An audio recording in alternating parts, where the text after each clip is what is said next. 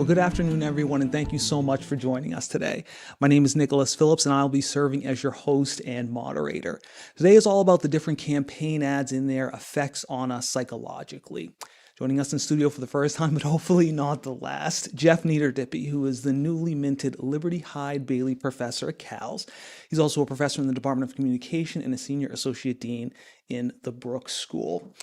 Jeff, thank you so much for joining us. We really appreciate it. Yeah, thanks, Nick. It's my pleasure. It's always great to have you. An audience, just very quickly, we want our conversation to be as interactive as possible. So please submit your questions in the viewer chat, and I promise we will get to as many as we can. Also, we want to hear a little bit about you when we want to kind of set our conversation table. So we will be asking you a series of questions as well.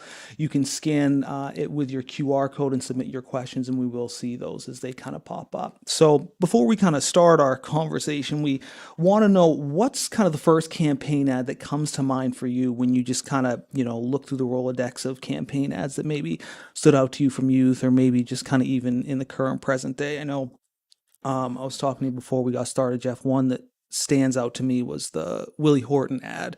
I wasn't around, not to date myself, but the Willie Horton ad I feel like I saw constantly, just kind of because I love political science and the Dukakis or against Dukakis. What's one that kind of stands out for you just kind of in your research or just in your mind in general? Yeah, for me, I've seen so many of them at this stage, but the one that stands out is also something that happened before I was born. It's the famous Daisy Girl ad, which is by LBJ. It was in the 1964 election, and it was essentially suggesting that, electing Barry Goldwater would lead to nuclear Armageddon. So I think, one of the common themes between the two that stand out for us is they're both attack ads, which for lots of reasons tend to be pretty memorable. Very much so, very much so. And I want to kind of give a little bit of background for the audience. So what kind of got you interested in, the psychological effects of some of these campaign ads? Yeah, so there's a few things. One, I study health communication, which in my field often focuses on purposeful campaigns trying to promote health behavior change. And I've always been interested in the impact of messages, media, ads that are not necessarily focused on trying to promote health, but might influence our health nonetheless. So I think political ads came into my focus in part because there's so many of them during election cycles. We also know that elections themselves can be detrimental to mental health, and I've always had an interest in understanding why that might be the case, and we can talk some more about that. The last thing I'll say is that we had a grant about 7 or 8 years ago from the Robert Wood Johnson Foundation to study health content in political ads. And we had these large teams at Cornell and at Wesleyan University, where my collaborator was working.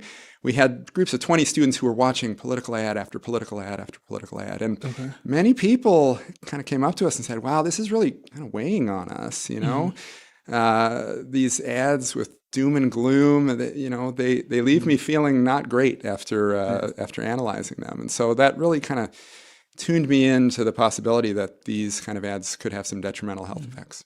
Very true. And audience, thank you for your responses. So we're slowly starting to get some in, and it looks like there's not one that kind of stands out and similar. It took me a while to bring up that Dukakis one. It's been a while. Like I said, it was before I was born. But when we're talking about some of these political campaign ads, are we talking about specifically attack ads or just campaign ads in general? Yes and no. One of the things that's challenging when you study political advertising is that people are exposed to attack ads, they're exposed to ads that contrast issue positions, and they're exposed to ads promoting a candidate. And it's difficult to separate those out. People who see a lot of attack ads also see a lot of contrast ads and also see a lot of promotional ads. But there is reason to think that attack ads may be particularly problematic from a mental health perspective. And so we're talking about all ads, but I think with a little bit of an emphasis on some of the more negatively toned attack ones. And has there been an increase in attack ads kind of throughout history? Like I said, the Willie Horton one is one that just sticks out in my mind for me. The Daisy and the flower one sticks out for you. Has the research said anything as far as a rise in the number of campaign attack ads? Depends on how long of a view you want to take, right? It goes in cycles. So the turn of the 20th century, there was a very, very partisan media landscape. This historical era of yellow journalism, of really divisive and really strong partisan and attacking political climate. We evolve and change, and then we go through periods where there's less of that. I will say there is evidence that since the 2000s, around 2000 through about 2016, there was a pretty steady increase in the proportion of attack ads for both presidential and congressional elections. And then, 2018 and 2020, maybe contrary to popular belief or what we might think, was a bit of a dip in attack ads. But there's reason to think that this election cycle, they're very much back with a vengeance. So they're definitely not new, but they kind of ebb and flow over time. And with these campaign ads, are they majority television, print, or is it a kind of a combination of everything? Advertisers are going to try to reach the audiences they're trying to reach using the means that reach the people they're trying to reach when they're trying to reach them.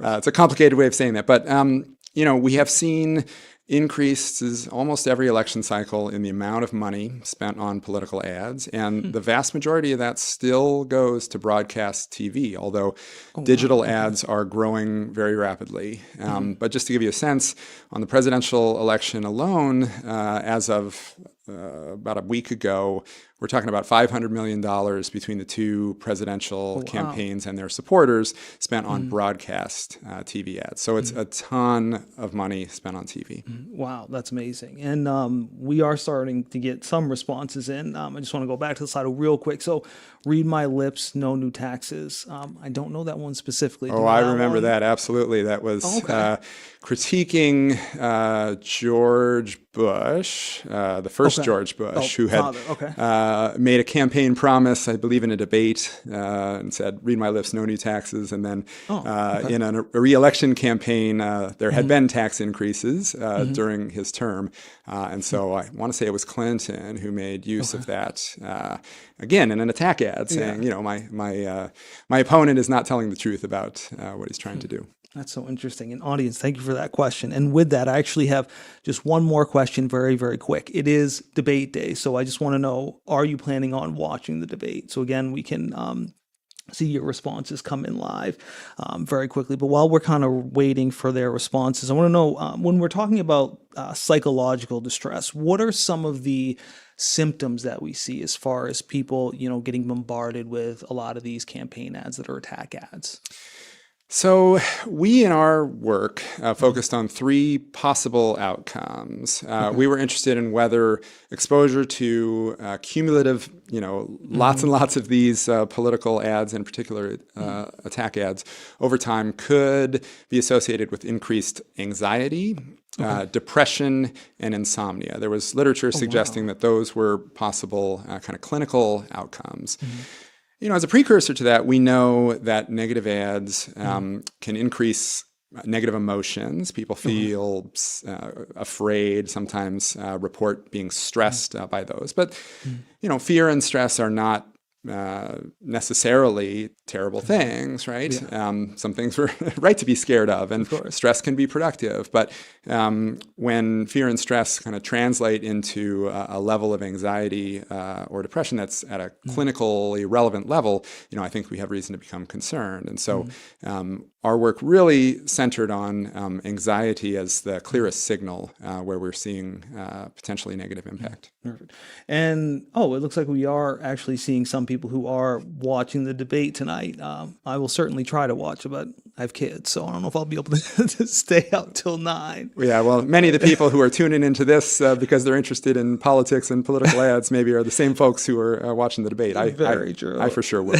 Very true. And I was actually going to ask you just very quick, do we see campaign ads come out of debates? Because I feel like every presidential election cycle, there's always like you have to watch the debate to see, do we see some of these ads come out of debates? Yeah, definitely. I want to say that the "Read My Lips, No New Taxes" may have been a clip from a debate, although I don't quote me on that. I'm not sure about that, but certainly there's part of the debates are trying to land these knockout punches, the zingers, and also trying to catch an opponent saying something that maybe they wouldn't have scripted, right? So they're vulnerable, I think, for candidates. There are moments when there's an incredible amount of pressure, all eyes are on them, and they're responding to unscripted things in real time. So yes, I'd be hard pressed to tell you how often that happens or what proportion of ads do, but certainly I think there are examples of that happening. And for those who aren't campaign strategists, you talked a little bit about kind of maybe possibly pulling a clip from a debate or something. What are some of the psychological strategies behind creating some of these campaign ads? Yeah. So if we think about political advertising overall, to win an election, you need to do a couple of things, right? You need to mobilize partisans. You need to get people out to the polls, people who are going to support you, and people that are on your side, right? So Republicans need Republicans to show up. Democrats need Democrats to show up. You're also trying to persuade anyone who may still be movable, right? That's sometimes independents, sometimes soft partisans who don't have strong political ideology. It might be people who identify with a different political party, libertarian or something like that, right? So you have these dual goals. Broadcast TV has traditionally really been focused on that persuasion side of things. That is to say, you're trying to persuade those who are on the fence, who don't know who they're going to vote for, to support you as a candidate. And part of the reason why that's the strategy is TV advertising is embedded in programs. It's trying to reach people who aren't looking for political information. So it's why you see political ads show up in things like sporting events and news, right? These are not necessarily, or American Idol or entertainment programs. You're trying to get a lot of people at once who aren't going to seek this stuff out, and you want to move them toward your candidate. I think you see a little more strategy on the mobilization side in the digital and social space, where you have a whole lot of information about that individual's preferences, media choices. They know more about us than we know about ourselves in many cases. And so a lot of the ads in the digital space are more on the mobilization side of things. Now, you can't perfectly target ads, right? If you have 20 million people watching a television program where you are placing an ad, you're going to be reaching some who are undecided, and you're going to be reaching some partisans. So these aren't, perfect divisions. You have to think about spillover effects on your own kind of mobilization goals and persuasive goals. But generally speaking, broadcast is really kind of a persuasion medium. And when we're thinking, especially in the broadcast space, where we only have, possibly 30 seconds or a minute to have a campaign ad, what are some of the key features when we think about creating some of these campaign ads? We were talking a little bit before about, the end of democracy. It's like there's no new campaign ad with that. It seems like every campaign ad has that. So what are some of the themes that kind of are consistent throughout some of these attack ads? Well, we know that negative attack ads tend to be remembered better. And I think it's telling that the ones that are most memorable to you and I, and the no new taxes, ad, those are all attack ads. Negative tone is trying to break through the clutter, right? It's trying to leave an impression on a viewer. And so ads are going to use things that they have at their disposal to do that. Ominous music, for instance. You see that kind of dark colors and tones. That's another pretty common approach.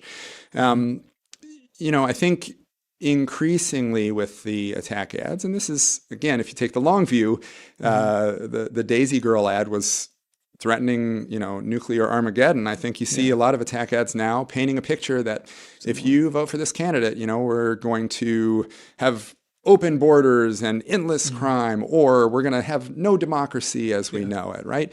These really fundamental, scary things, loss of rule of the law, America will cease to exist as a nation, So the stakes are high, I think, in a lot of these ads. And I think that's part of where this potential cultivation of fear and stress can tip the scales for some folks into clinically relevant mental health concerns.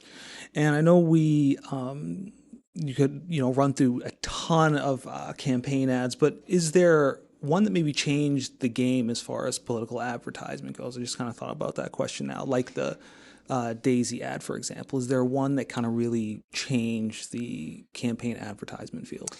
I don't know that there's one per se. I mean, I think political strategists, political advertisements are monitoring everything that happens in real time, right? There's polls, campaigns do their own polls, there's national polls, right? When something happens in the media landscape, you're tracking. Is it talked about in the news? Is it talked about on social, right? So you know pretty quickly when something has an impact at least generating conversation. And so campaigns learn from that, and it evolves over time. I do think it's a moving target to some extent, right? If you're trying to be memorable and new, you have to find ways to do that, to break through the clutter, particularly in a social media world where you've got a stream of endless content that you can click on. Everyone's competing for competition. So I think it's a moving target. I don't think there's necessarily one game changer, but I think there's a lot of monitoring and learning from what's done, what impact it has. And social gives you that in real time, right? Things that give you lots of likes, lots of comments, right? Not necessarily giving you information on what's persuading the middle, but it's definitely telling you what's firing up the base. And I think that definitely influences strategy. And does the platform, so, whether it's TV, social media, or radio, kind of affect the level of distress caused by, kind of the repeated exposure to some of these political ads? I think it's an important question that we don't know the answer to yet. TV versus radio. TV has the impact of visual imagery in a way that radio doesn't. And, we do know that kind of full multimedia experiences can be more immersive, more memorable. You've got just more tools at your disposal to engage audiences in that way. When we're talking about social, I think it's an open question. Ads tend to be shorter than you see, especially on a social media kind of platform. You have less time to talk in detail about issues. Sometimes ads are purely trying to sell a candidate. Sometimes they're trying to contrast issue positions. Sometimes they're purely attacking the other. And so my hypothesis would be that, in the digital space, there's less time for, contrasting issue positions. But I think it's still an open question, at least one that I don't have the answer to. Sure. And I got a really interesting question in from Sunday, and I apologize for pronouncing that wrong, but they wanted to know, how and what way will we be able to kind of overcome the anxiety? And I would kind of broaden that. Is there a way for us to kind of counteract that, especially now with the height of an election season, we're getting bombarded with political advertisement. Is there a way to kind of offset that or help with our anxiety levels? It's a really tough question. I think in part because I'm not sure that most people are aware of the psychological impact that kind of repeated exposure to these kinds of messages may be happening or may be having on us.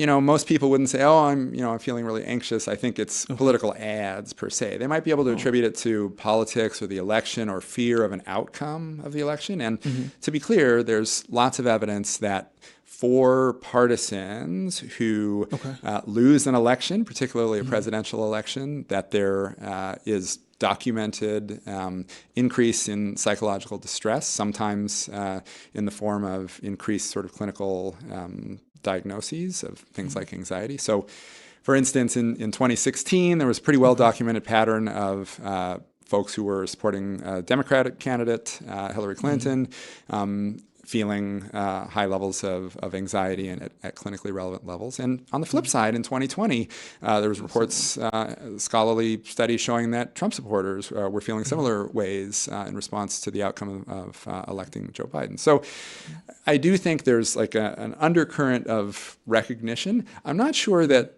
people recognize that political ads themselves are playing a role. Okay. And it's hard to avoid them unless you turn it off entirely, because broadcast TV is focused specifically on trying to reach people who aren't looking for them. So I think one way to think about this is just kind of awareness of the possibility. And, if you're a person who might be predisposed toward on a spectrum of feeling anxious or stressed toward tipping the scales to sort of a clinically relevant side, that, reducing TV use could be an approach.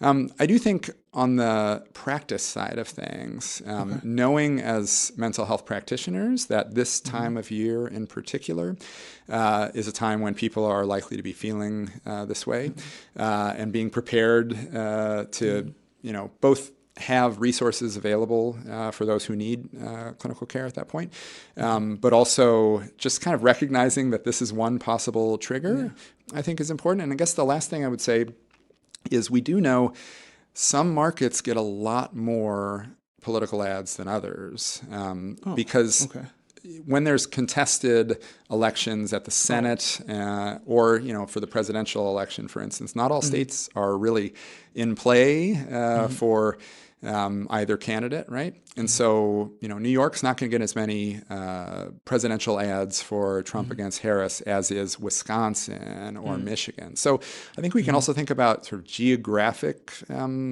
thinking about allocation of resources and support for addressing the super, super high volume of these ads you're going to see there in those markets.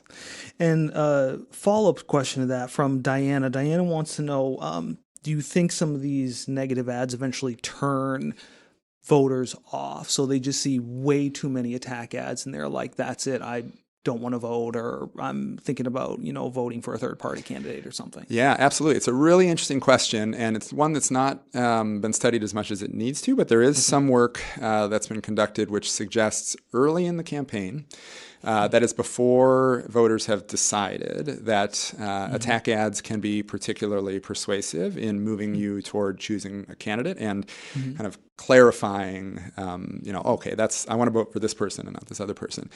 But later in the election cycle, a week or two before the election, let's say, exposure to negative ads about the candidate that you have chosen, there's some suggestion that can actually, as is suggested by the viewer, can kind of demobilize and say, oh, well, maybe I'm not that excited about voting for that candidate. Kind of reduce their confidence in that candidate and reduce their likelihood of showing up at the polls. So I do think it's a really important thing. The timing of this matters, or is likely to matter. The other thing I'll say is I think we don't understand well enough how the sort of identities and positionality of our candidates affect the effectiveness of their use of negative versus positive strategies. There's some evidence that suggests that people respond to negative advertising differently when it comes from women, for instance, or when it comes from people of color. And I think we don't know enough about the nuances of those impacts, but I think there's reason to, want to know more about how the nuance plays out in elections where we have an increasingly diverse pool of candidates who are using a wide variety of strategies. And when you're talking about, kind of obviously a diverse pool of candidates and everything like that, I'd be interested to know how effective can these negative campaign ads be on certain demographics? So not just those in swing states, but potentially those with, kind of pre-existing mental health issues or something like that. Yeah, we weren't able to tease that out in our study. So in the study that we conducted, we looked at essentially whether people reported that they had seen a medical practitioner for anxiety, depression, or insomnia. And we found very clear signals that the more campaign ads that you were exposed to, regardless of whether they were attack or not, regardless of whether they were for your preferred candidate or for the other party, regardless of whether they were at the national level, presidential, or at the sort of congressional or other levels, more exposure was associated with a higher likelihood of reaching out to a medical practitioner for anxiety. We didn't see quite the same strength of pattern for depression. It was a little, there was some signal, but not as consistent, so I'm hesitant to draw strong conclusions about that. And we didn't see much signal for anxiety. And so we weren't able to say in our data whether the people who reported going to see a doctor were people who are already suffering from anxiety, whether or not they were people who had predispositions toward or previous experience with mental health treatment, for instance. But I think my intuition would be that these aren't taking people who have like no baseline level of anxiety or stress, right, in their lives, other things going on, and moving them to clinical levels of, anxiety or potentially depression. I suspect what's happening is this is kind of a tipping point for some folks, right, that this sort of moves people along a continuum. But I think it's a really important question that we need to know more about, because that affects how we target treatment, for instance, right? That affects how we might distribute resources or support in the context of elections. And was there any demographic data as far as, early voters? So, the 18 to 19 demographic versus somebody who's been, voting for 20, 30 years. Do we see maybe younger people more affected or the older generation more affected? Do you have any data on that? Not from political ads. I mean, we do know that in the context of the 2016 election, there were there was a lot of younger folks who were particularly reporting being impacted, college age, these demographics who are in the first or second time voting. Part of that also may have to do with the relationship between, age and, partisan identity and that sort of thing. So it's hard to tease those things out. I do think broadcast TV is not likely reaching, an 18 to 30-year-old demographic very regularly at this stage. I think while broadcast TV is still a dominant medium for political advertising, a lot of that is reaching members of the electorate who are on the older end of the distribution, right? Most of the students that I teach or encounter, don't have cable TV subscriptions. It's all streaming, it's all social. So, I do think there's an element of that. But I think the flip side is to say part of the digital ad buy that the Harris and Trump campaigns, congressional campaigns are investing in is not just social, but it's also streaming. And young people are watching streaming, lots of shows. And so those are pretty similar, I think, in the viewing experience as a broadcast TV ad is or might be. It's interrupting in the middle of a narrative arc, so there's sort of attention paid to it. It's actually harder to skip those than it is, a TV break. You can walk out of the room, it's predictable. So I think it's an open question still, but I think an important one. And do you find that, people really are struggling to kind of understand the fact that this is like a major issue? Like you said before, voters in 2016 who went with Hillary kind of experienced the same kind of psychological effects as those who supported Trump in 2020.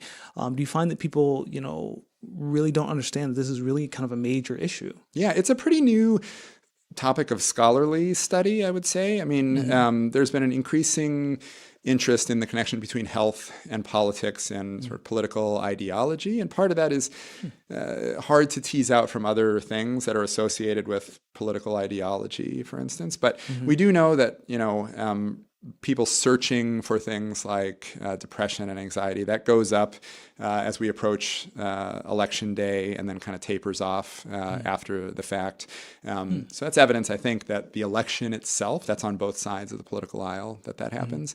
And then we do know, again, from these last 2 election cycles that in the aftermath of the election, the outcome can be detrimental in terms of health for those who support the other party ultimately, right? There's a lot of stakes embedded in elections. I think there's no denying that, and people are aware of that. But as a field of academic study, it's been relatively recent, this focus, and so hopefully our work is adding to that. And I think political advertising is a piece of the puzzle. I think it's an important piece of the puzzle, but it's not the only piece of the puzzle, right? I know many people are stressed and anxious about the debate tonight, for instance, right? Although the people who are seeking that out are maybe different than people who aren't seeking out the debate but are still seeing political ads.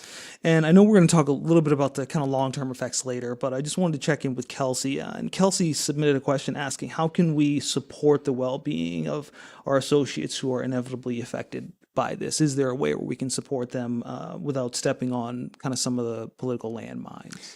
It's a really, really tough question. I mean, I think politics and partisanship are very divisive today. I mean, people 20 years ago didn't necessarily love the other party, but the levels of animosity and coldness from partisans toward the other party are at much, much higher levels than they have been, I think, in my lifetime, certainly.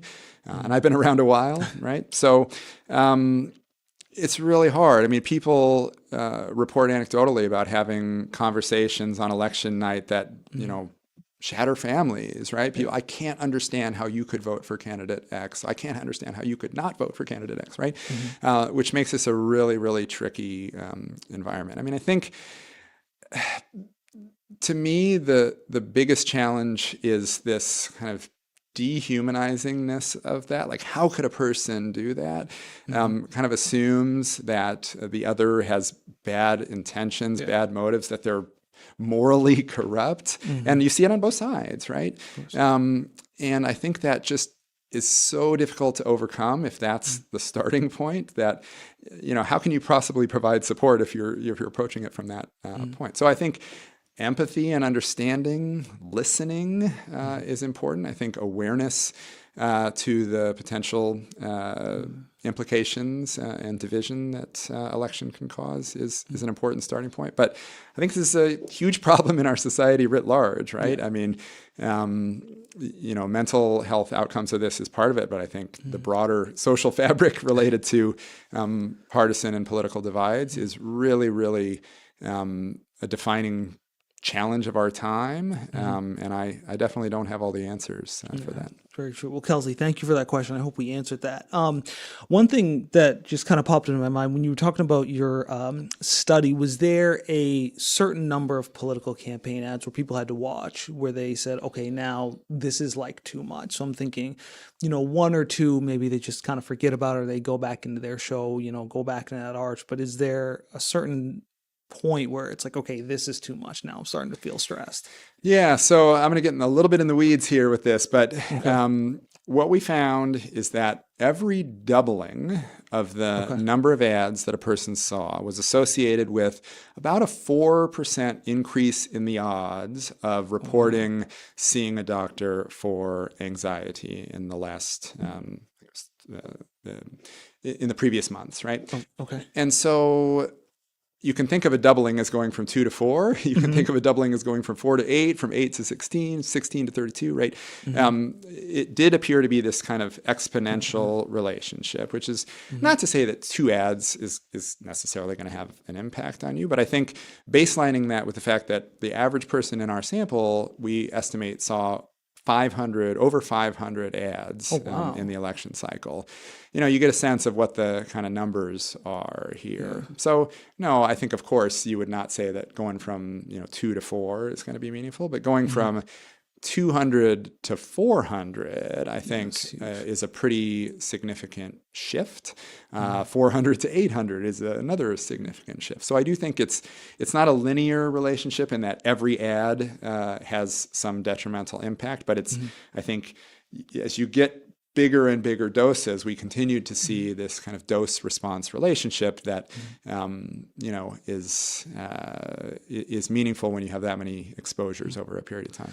And did the study say anything about kind of some of the long-term effects? So like you said, watching 500 attack ads, what kind of are some of the long-term effects of that? Yeah, we're not able to say anything about that in our study. I mean, I think reaching a threshold where you reach out to a medical practitioner, it's a good thing. We don't know how many people didn't reach out to a medical practitioner, for instance, right? Our outcome is whether you saw a doctor about anxiety.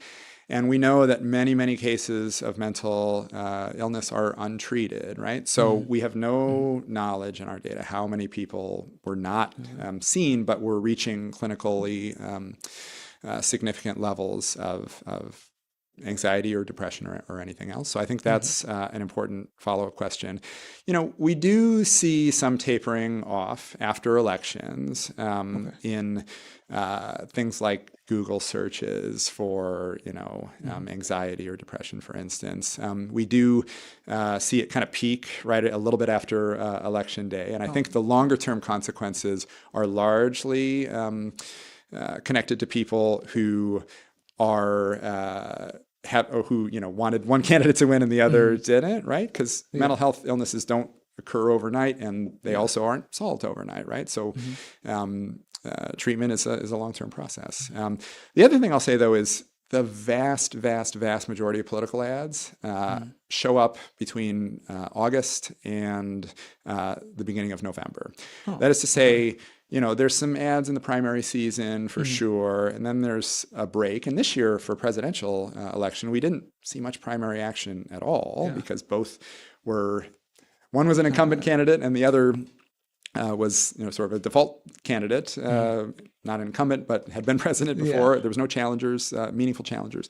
And so there was no need to spend campaign resources on that. So we had a pretty flat primary season when it comes to some of the places where you see a lot of the expenditures. But it ramps up pretty substantially starting pretty much after the conventions and moving forward. This year was a little different in that after the Biden-Trump debate, external supporters of the Biden campaign kind of pulled back on their advertising. And so in that period, there was less than you might normally see because some of the supporters weren't putting their money into the Biden campaign at that point. And then once Harris emerged as the consensus candidate, back right up to those levels. So all this to say, the good news is most of the year and most years, people aren't bombarded with ad after ad after ad after ad. But from August to now to the election, it's pretty hard to avoid. And this is the time when I think you see the most likely impact. And when we have these campaign ads, does it matter on kind of the level? So for instance, congressional races and presidential races versus local races. We didn't see any difference in our data on whether presidential. So we were concerned. We studied this in the context of the 2016 election, which was I think historically divisive election and campaign for lots of reasons. And so we were concerned that, hey, is this really just a Donald Trump, Hillary Clinton kind of thing? And so we looked at the relationship between non-presidential ads, which includes congressional, gubernatorial, local, state, and there's much less money spent on the local stuff, but there's lots of different positions that are being elected, so it's non-trivial. And we saw the same exact pattern. The more ads you saw, the more likely you were to be to have reported seeing a doctor for anxiety. So I don't think this is exclusive to presidential ads, although presidential and congressional are the big spenders. They are also the ones that are most studied, so we know a lot more about their strategies. with the data from the last, I mentioned at the very beginning about the proportion of attack ads, that's based on congressional and presidential ads. It's about half in a typical election cycle, in recent years at least. We don't quite know at the local level if attack ads are happening at quite the same volume. I suspect it's a little lower for some of those more local elections where you just have to introduce the electorate to a candidate. Like, you're running for city council, people don't know who you are, right? So there's, I think, more kind of positive, this is who this candidate is. They're a good person. You should vote for them, right? But there's been far less study of that.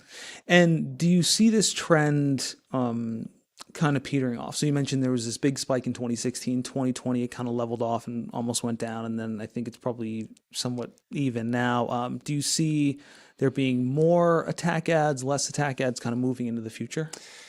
It's hard to predict. I don't think anyone would have predicted a lower proportion in 2018 and 2020. I will say that the data coming in, at least for the last month or so in the presidential election, suggests that the Trump campaign and Trump supporters are almost exclusively doing attack ads, like 95%, according to the most recent report by the Wesleyan Media Project, which I'll do a plug for. Wesleyan Media Project at Wesleyan University tracks these political ads. They do press releases on what candidates are doing, what topics they're focused on. They were collaborators on the work that we've done here, and they're an incredible resource. So check it out if you get a chance. But they produced a report about a week ago indicating that 95% of Trump ads are attack at this moment in time. So it could change. It's possible that the debate will change that. It's possible that the recognition that there could be some, demotivating aspects happening later in the campaign could be part of it. But it seems to be back with a vengeance, I guess is what I would say. And is that normal to have that large of a percentage be attack ads? No. In 2000, it was maybe, 30.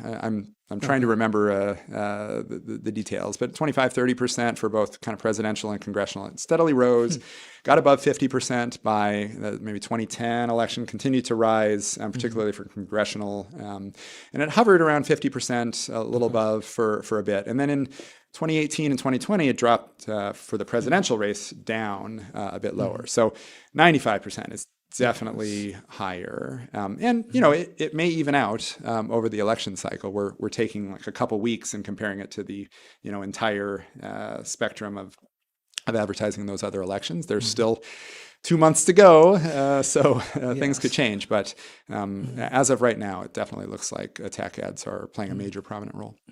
And, you mentioned kind of some of the effects of seeing, tons of campaign ads, stress, anxiety.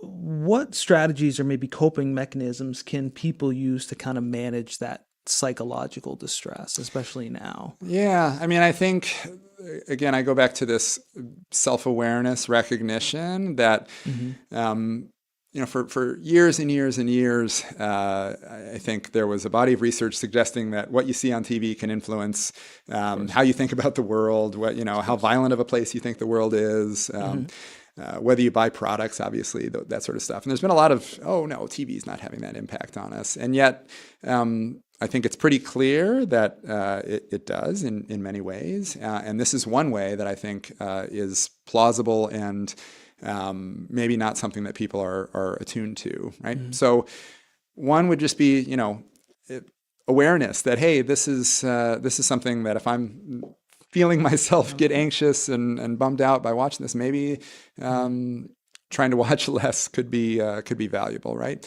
I think that's a major component. I think talking about this kind of impact, I think, is important. People shouldn't suffer alone in a sense. And even if you can't escape it, I think processing through social interaction is important, although it carries risks, right? Talking about politics, especially if there's differences of opinion, can be stressful and again, as I mentioned earlier, in family contexts, right, can be divisive and harm relationships. So I think it's a really tricky question. And you mentioned, I think it was about $500 million being spent on TV ads? That's right. In the presidential elections, for Harris and for Trump combined. So we're not to the end of that. There will be many, many more millions spent, and that doesn't include congressional ads, doesn't include local. And do you see that money being allocated differently in the future? So I'm saying, like, obviously with your students, they're not turning on cable news like we used to when we were young. They're watching streaming services and YouTube, kind of some of the social media sites. Do you see maybe that campaign ad being shifted into different resources? Yeah, for sure. I mean, advertising for anything is going to go where audiences are to achieve their strategic goals, right? So as broadcast and cable become less and less important in the media diet of young people, as those young people become less young people, right? Strategies are going to have to shift. And we see that, certainly. We see an increase every election cycle in digital spend. I think I read around 200 million for the Harris campaign in digital, which includes like social, YouTube, and things like that, but also includes streaming like Hulu and others that are more like a broadcast experience. So campaigns will always be trying to reach that movable middle, that unpersuaded yet part of the electorate that really can decide elections, right? And so the strategies are likely to shift, but I don't think the use of, audio-visual kinds of portrayals in the, TV mode of advertising is likely to change in any dramatic way. But I do think, we're going to see more and more digital for sure. And it's unclear what implications that's going to have.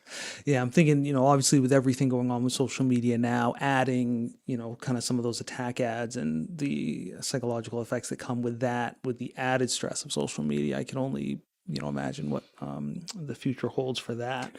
One other thing I'll say about, the shift in strategy is, social media targeting of advertisements tends to be much, much more targeted and micro-targeted. That is to say, you can reach 33-year-olds who like, I don't know, Corvettes and, voted for Trump in the last election. Like you can get that level of detail.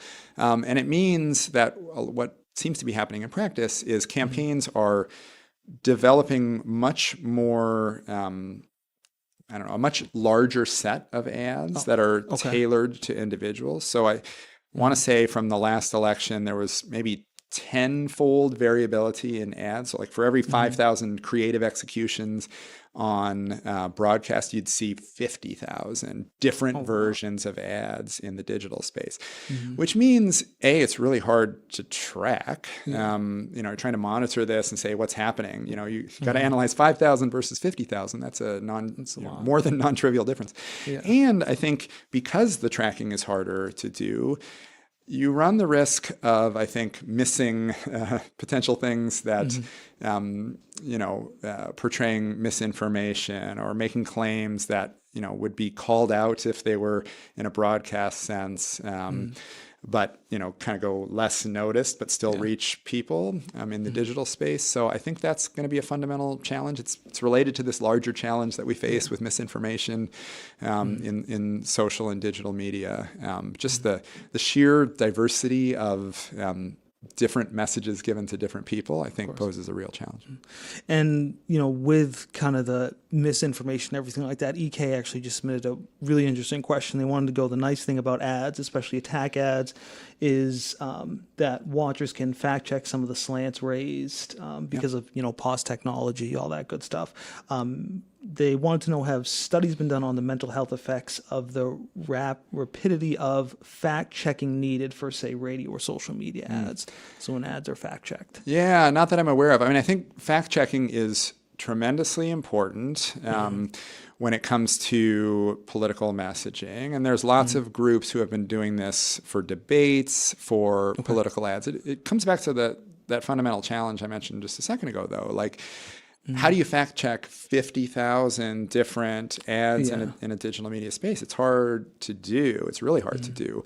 Versus you can fact check a debate. The next day everyone looks at the recap of it and can find out. All right, that was a thing. So when you have less shared experience of a message, I think you run the risk of having less impactful fact-checking tools. We also know from this broader research on misinformation that there can be some benefits to kind of correcting misinformation, but doing so doesn't necessarily have these broad, long-lasting effects that we might hope it would have, right?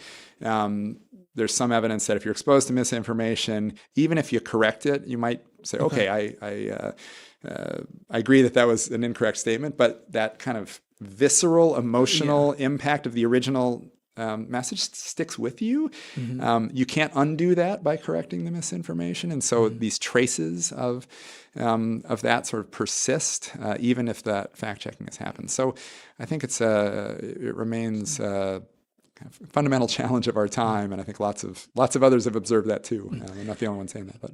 And with some of these political campaign ads, obviously, some folks have kind of a visceral reaction. So do some of these attack ads work? So you mentioned before, a lot of campaign strategists make campaign ads targeting kind of those independents or those folks who are on the fringe. So do these campaign ads work in the sense that a potential person who's on the fringe might say, that's definitely my candidate based off a campaign ad. Yeah. Or that's not my candidate, right? Exactly. I think I mean, as I mentioned before, they're very memorable. I mean, the fact that the ones that we're talking about are famous attack ads. They're not famous, promoting the campaign ads, right? Yes. But it's tricky to tease this out for lots of reasons. One, we know that attack ads are also more likely to include policy and kind of political stances than are positive ads. And so you've kind of got a mix of things going on with these attack ads. They're more informative in a sense, in that they provide more information about a candidate's position. Contrast ads do the same. They say, Donald Trump believes X, Kamala Harris believes Y. That's information for a voter, right? The attack ad, Donald Trump believes X, and stopping with that is informative for a voter. And so I think it can help, like I say, clarify people's who they want to vote for. But once they've made the choice, then I think you run into challenges, right? If you're seeing, if you made a choice that you're going to vote for Kamala Harris, and then you see a whole bunch of negative attack ads after that, as the election draws near, that can reduce your confidence, reduce your likelihood of showing up at the polls. So, I think this idea that these things are independent of one another, persuasion and mobilization, once you're persuaded, you turn into the camp that needs to be mobilized, right? I think there's still a lot to learn about the dynamics of that. And I hope what we, in our study, has kind of tried to raise eyebrows about is to say, there's maybe some longer term consequences of this beyond the immediate ramifications for a political campaign. And just real quick, Michelle wanted to know, do facts matter in attack ads? Obviously, a lot of them, like the Daisy campaign ad you mentioned has the atomic bomb in the background.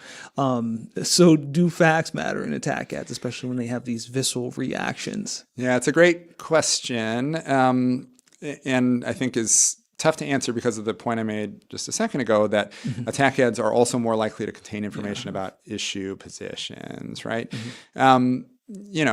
Facts are they're a tricky thing to define in the context of political ads. You usually have 15 or 30 seconds to say something, right? And it's not a lot of time to go into nuances about positions. And so what it'll often do is sometimes the strategy is present factually correct information stripped of its context, right? Like so-and-so voted no on this, voter or on this bill. Well, what's not mentioned is that bill also had 15 other things in it that you would probably agree with them voting no on, but this one rider that was attached there, it sort of allows them to say they voted no. So it's true, that's factually true, but it's not reflecting the actuality of what it means. Take the Daisy ad was based on the fact that the LBJ at that time was more sort of strident in an anti-war perspective than Goldwater. Goldwater never said, I'm looking to get into nuclear war at this point, right? But he had staked out a position that was more hawkish, and as a result,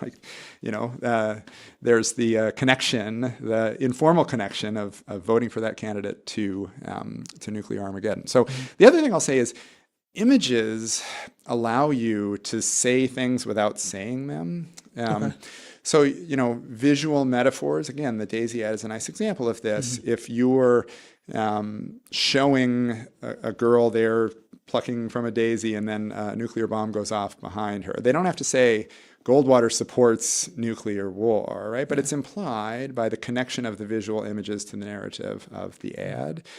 And it's a real powerful strategy because you can't call people on it. They're not saying something that's factually untrue, but they're implying or putting together a juxtaposition of images that clearly makes a case that may be untrue, but there's not a lot of recourse in our legal system or anywhere else for that. So I think it's a really, really hard question to answer.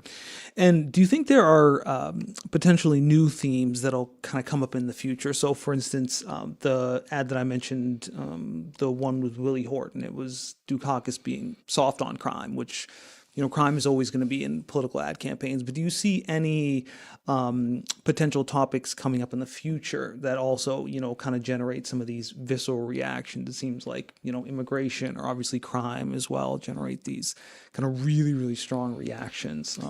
Yeah, crime is one that seems to come up over and over and over again. And it's fascinating to me, too, that crime stays at the top, despite the fact that we've seen rates of crime and violent crime decline pretty steadily. There was a little uptick kind of in the aftermath of COVID stay-at-home kind of restrictions, but violent crime today is way lower than it was 20 years ago, for instance. And you wouldn't know that by watching ads. One of the other studies we did was to look at whether exposure to political ads increases people's perceptions of crime. And in fact, the more political ads you see, the more likely you are to report worrying about crime, to think that rates of crime are higher, right? So it's another sort of level of effect that these ads may have. Crime is one that's always there. Economy is pretty much always there. Immigration, I think, is comes and goes. I wouldn't have predicted, in addition, that abortion, for instance, was going to be a heavy campaign topic. 10 years ago, I wouldn't have predicted that. But then, of course, the Supreme Court makes a decision, and now it's very much a prominent campaign topic. So some of it's predictable, safety, taxes, economy, and some of it, I think, is emergent and less predictable. Okay, that's good to know. And as we move forward to, obviously more data-driven and targeted political advertising, what might be the future implications of psychological distress? So you mentioned before in your study anxiety, depression, even insomnia. Could we see potentially some stronger side effects with more political campaign ads? Yeah, it's a really hard question to answer because it's hard to separate that from broader kind of social implications of a switch to social and digital technology, right? I mean, people are debating, whether screens are addictive and whether companies are designing them in ways that are predatory for children and things, right? And so advertising is happening in the context of these broader social changes. And I don't think we would have predicted in the 1930s what impact television would have had in the, later half of the 20th century. So it's really hard to say. I'll go back to the thing I said in response to an earlier question. Advertisers are going to find a way to reach the audiences they want to reach, right? And they're going to do that using the media that are going to reach the people they want to reach when they want to reach them and are the most powerful channels for doing that, right? And so definitely as the electorate who grew up on social media and digital media ages, the strategy is going to age with them. But in what way? It's really hard to predict. You told me even 10 years ago that generative AI was going to be such a topic of concern and debate in 2024. I wouldn't have predicted that. So I think what the best we can do is try to monitor what's happening, try to understand from a research perspective what implications it's having, ask the right questions, and identify strategies for intervention that are, effective, but also occur within the kind of legal and political landscape that we're in, right? You're never going to say don't do political ads. I think that would have destructive consequences for democracy. They have benefit, but can we think about ways to do them that are more conducive to health and well-being? I think is an important question to ask. And Jeff, thank you so much. And before we kind of wrap up, just one question I wanted to ask you is, as we are continuing into this election season, and obviously, the number of campaign ads and attack ads are going to ramp up. What are some things, kind of we can do to stay grounded and make sure some of these campaign ads don't affect us as much?